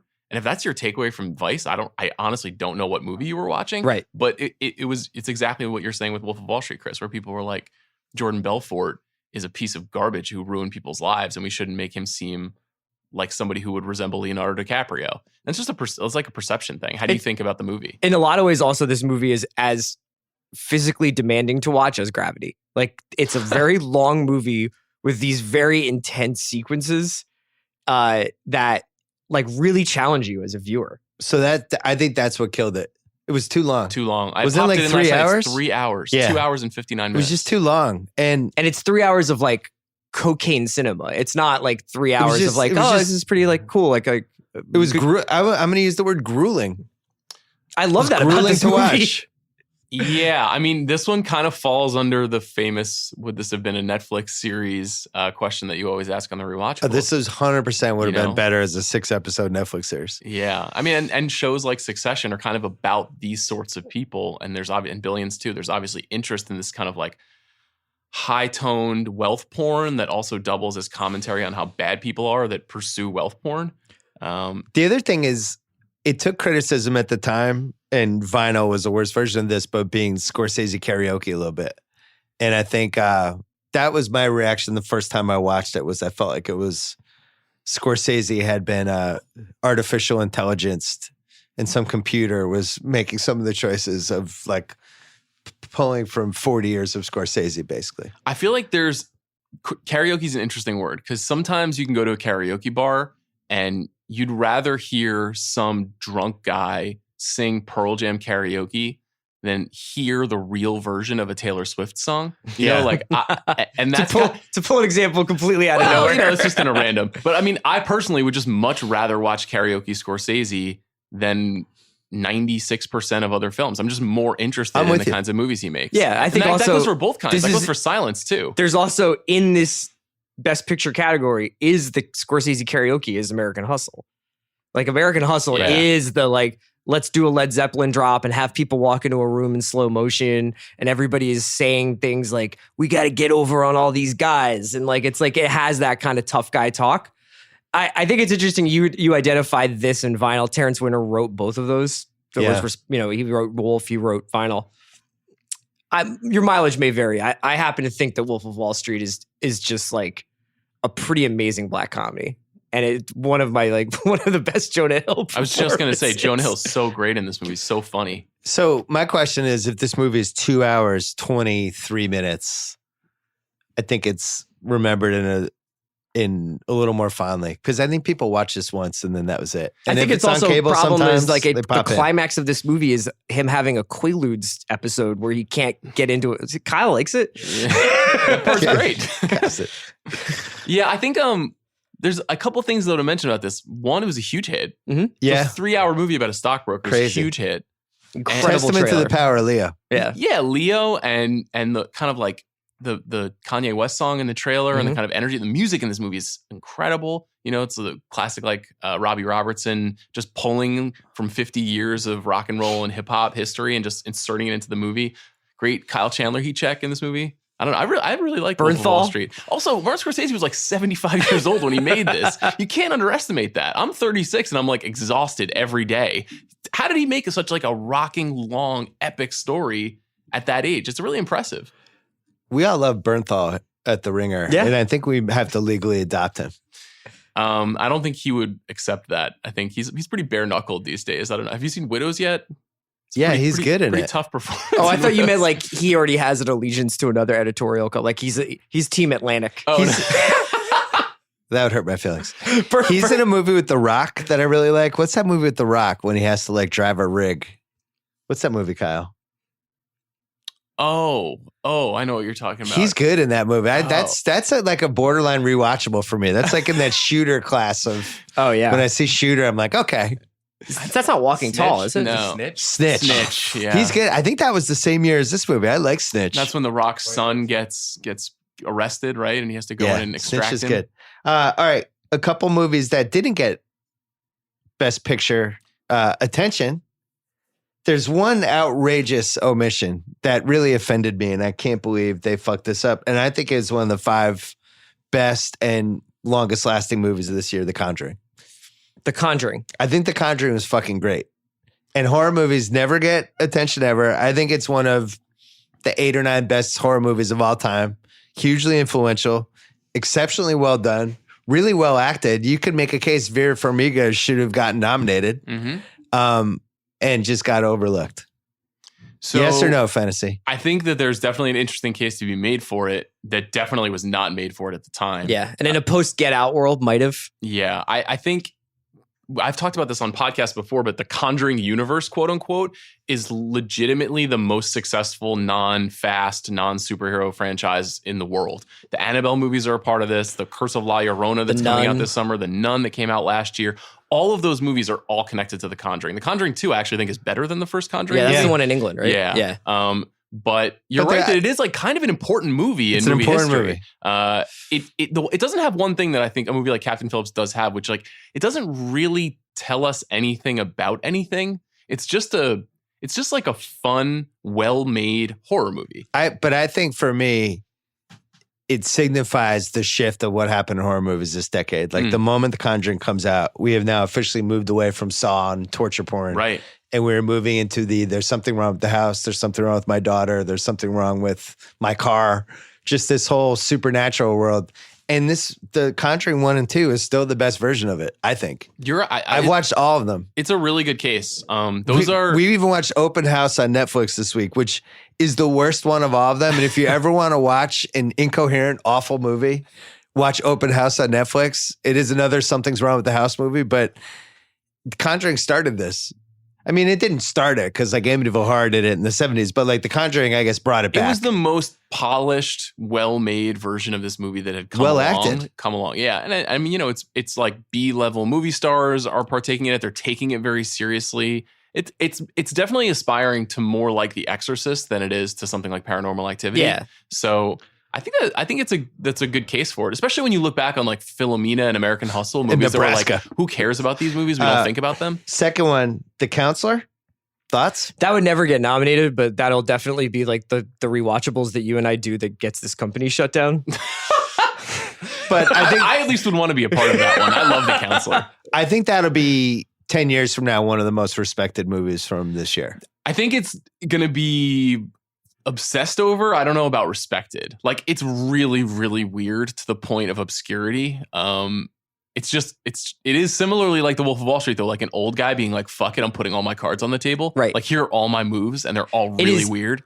Indecipherable what that movie is actually like. As somebody who loves Cormac McCarthy and Ridley Scott and Texas Drug Stories and everything that's basically, it took me like 3 viewings to be like, oh, that's the story. I actually had to read the screenplay to be like, oh, diamonds, I got it. Okay, cool. Like, you watch it, you're just like, wow, that guy just got his head cut off. I don't know why.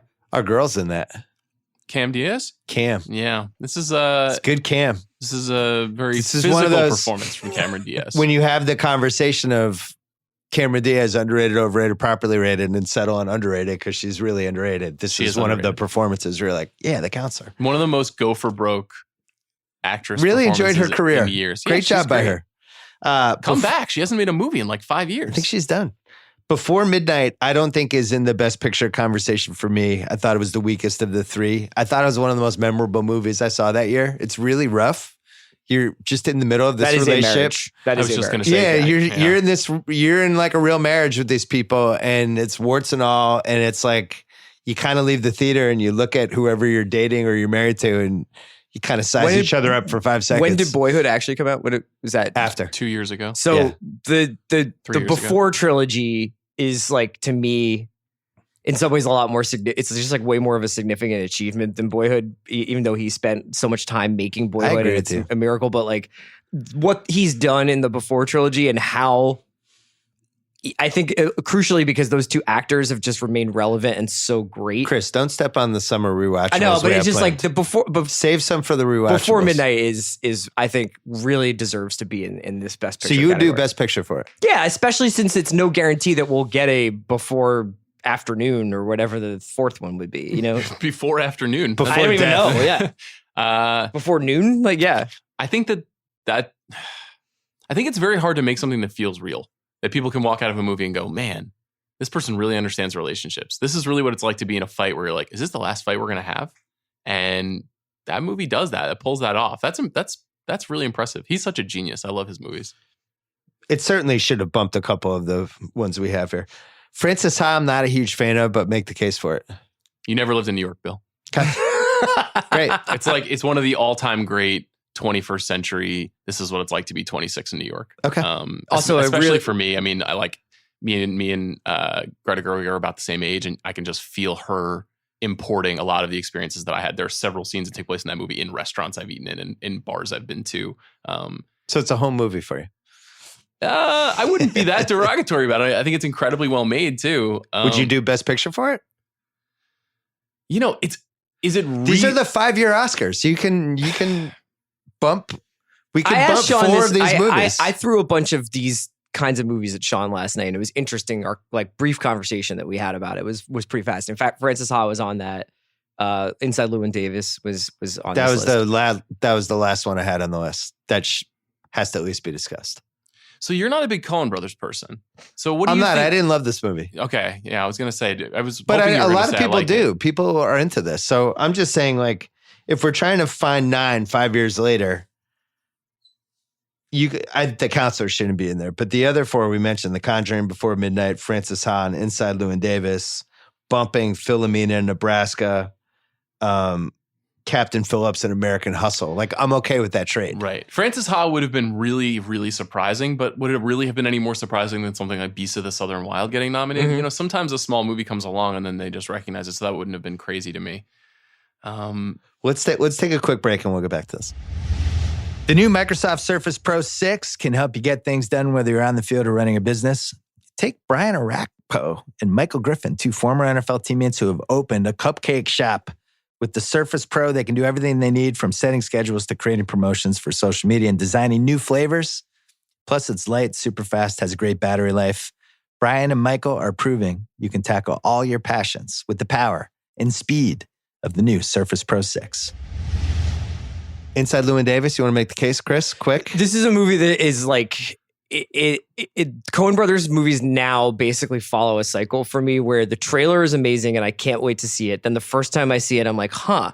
And then like the second or third time I see it, I was like, oh, that's probably one of the best movies I've seen in the last 5 years. And that happened with Hail Caesar and it happened with Inside Llewyn Davis and it's happening with Buster Scruggs. So I just think that they don't make movies, with the exception of No Country for Old Men, that are optimized for obviously a very important film that will be celebrated at the Oscars. Also, their kind of cynicism about award season probably doesn't help. You know, they're kind of like being like, cool, thanks, is sort of I like that about them. I love that too. about them. It's funny that they got 3 nominations this year, just almost without even trying. I know.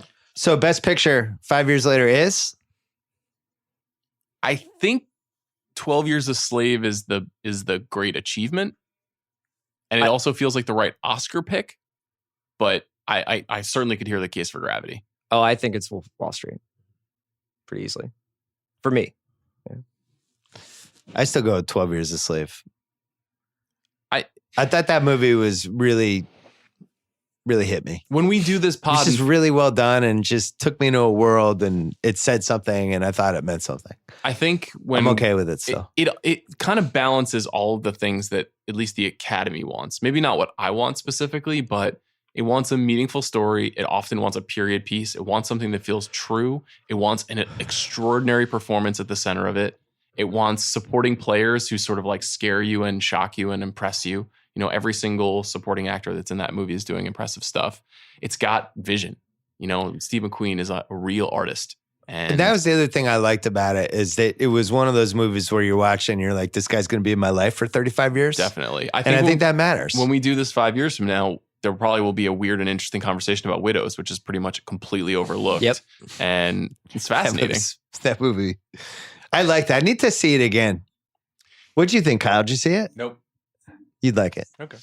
Okay. One of the problems is a lot of dudes like Kyle who would dig Widows just didn't see Widows. Did you not know it was like out, or were you just when like, it's out? That's what I mean. Right now, I still have never heard of it. There you go.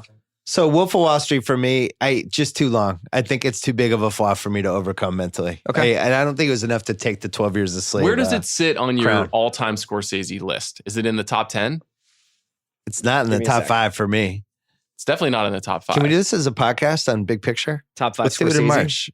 The Top best 5 Scorseses? Scorsese. Okay. Yeah. You want to all wait right. for The Irishman to come out when he has a new movie in the fall? I'm worried about that one. Best Actor. McConaughey won. DiCaprio was nominated. Bruce Dern nominated for Nebraska. He's actually good in that movie. Mhm. It's the only good thing about it. Christian Bale in American Hustle. And 12 Years a Slave. I'm going to mangle it. You know I have pronunciation dyslexia. Chiwetel Chiwetel Ejiofor. Ejiofor. Thank you. Those were the 5. I just feel like looking back, DiCaprio should have won. Yes. He's like fucking awesome in that movie. He's really great. He's like Bo Jackson in this movie. He's It's fucking it's incredible. It's kind of amazing that he didn't win. And I don't know what happened. And I feel like we had a pop culture sports website at the time, Grantland. Maybe we wouldn't have a huge influence, but I wish we had just gone deeper on why isn't Leo the best actor? Also, this is a performance that has lived on since then. It is like just constantly referenced. Like you always see like memes of him throwing the orange juice or throwing money at Kyle a heat Chandler. check. Yeah, it's incredible performance. This is one of my confusions about the Rami Malek thing this year is why are we giving Rami Malek an Oscar for his first movie? We literally made Leonardo DiCaprio wait 20 years and make 15 movies that we all agree are great and were big hits and also prestigious. And we're like, not yet. Keep waiting. Listen, waiting. fake teeth and lip syncing go a long way. Yeah. Best Actress. This is one of, apologies to the nominees, but really one of the least memorable categories I think has ever been in this. Amy Adams in American Hustle. Blue Jasmine won, Cate Blanchett. Judi Dench for Philomena. Meryl Streep for August Osage County. I don't even think Meryl Streep liked that movie. And then It's one of the great American plays. It's not a great film, though. I mean, it is just It's pretty rough. I would love to know the percentage of people who fell asleep watching the That was screener of that movie. It That has was to an be incredible 70%. play that got a brutal cast. That was like, let's get Benedict Cumberbatch in this movie. Oh, it was gosh. just like a really bad look. And then Sandra Bullock for Gravity.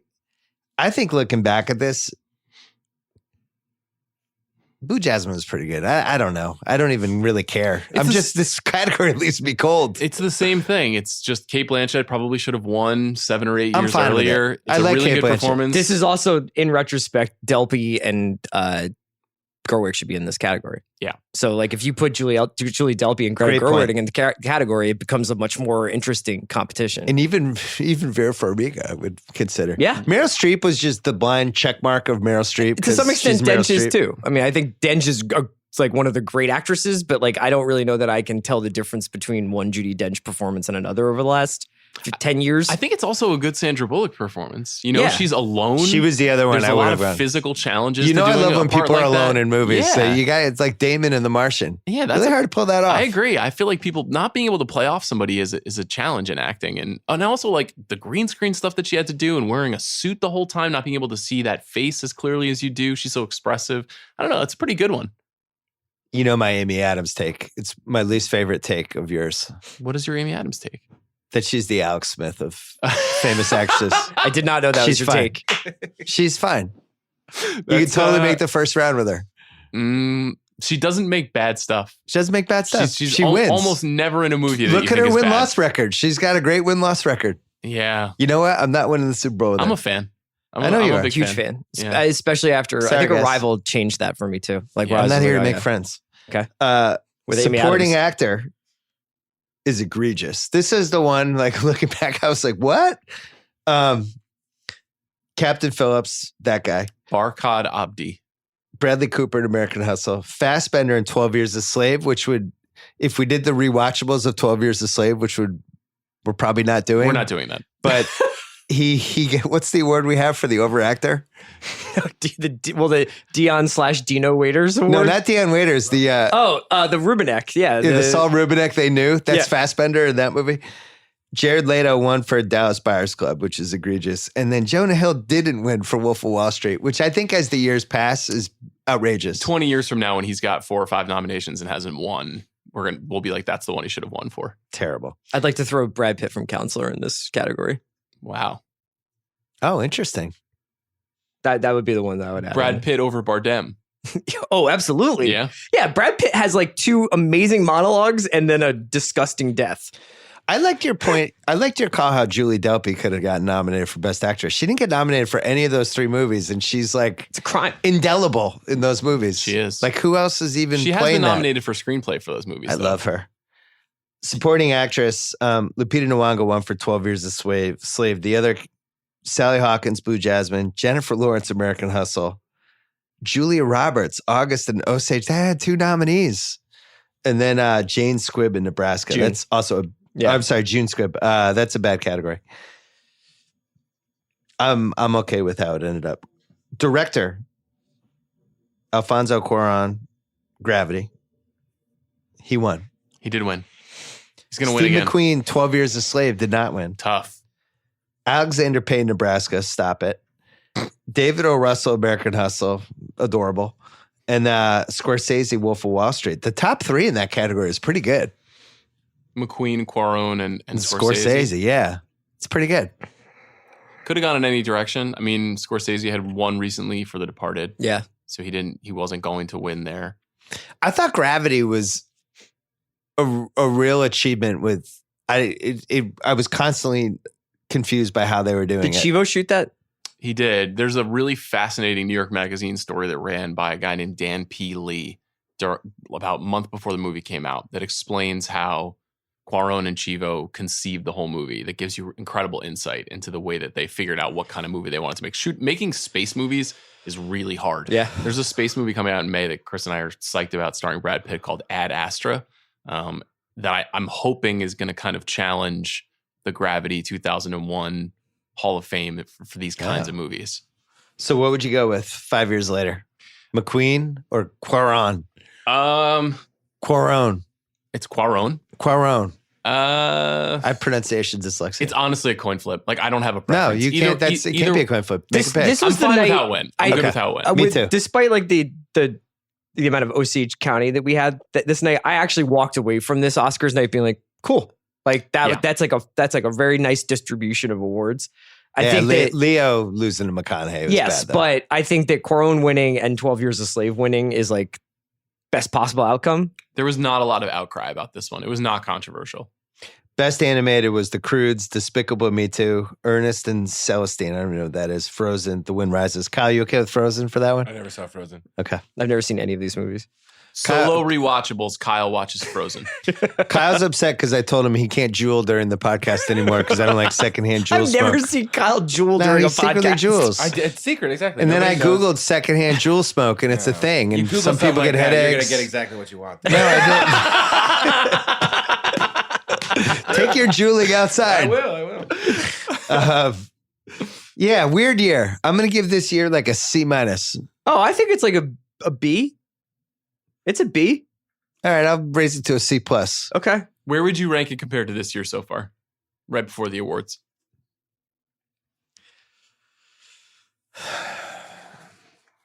Probably pretty close. This year, even though there are a bunch of good movies that are nominated, is an F-. No question. This is the messiest, most annoying Oscars year in recent memory. I'm amazed by it. It's exasperating. I think we felt this way 5 years ago about this group of movies, though. But Gravity and 12 Years a Slave were such no-brainer, classic, great Oscar movies. Only The Wolf of Wall Street was the one that like we're looking back and we're like, they kind of didn't do right by this. So few movies did we not do right by. All right. Chris Ryan, Sean Fennessey. Big picture. We should mention live. Both of you guys are going to be live Sunday. Yes. Not together, though. Not together. You have the Sadly. True Detective season finale, The Flat Circle, which we'll be doing on YouTube and on Twitter on our Ringer accounts. And then Sean and Amanda Dobbins post-Oscars show. There's really no post-game shows for the Oscars, so we're going to do one. We got one. And hopefully there's some weird shit going on. So we'll see how that goes. Good luck, fellas. Thanks, Bill. All right. Thanks to Sean and Chris and Mallory and Kevin Clark and nephew Kyle for not jeweling. Thanks to ZipRecruiter. Don't forget to go to ZipRecruiter.com/BS. Thanks to Hotel Tonight. They make it easy to book awesome hotels at amazing rates, like a matchmaker between top-rated hotels with unsold rooms and people who want to book those rooms. Hotel Tonight, not for last-minute bookings. Book for tonight, tomorrow, and beyond. Perfect for planners, procrastinators, everyone in between. Sweet deals, cool hotels that you would actually want to stay in. Go to hoteltonight.com or download the app. Today, if you missed the rewatchables, we did Dave this week. We have Reality Bites coming next week. I have 3 podcasts coming next week, and I will see you then.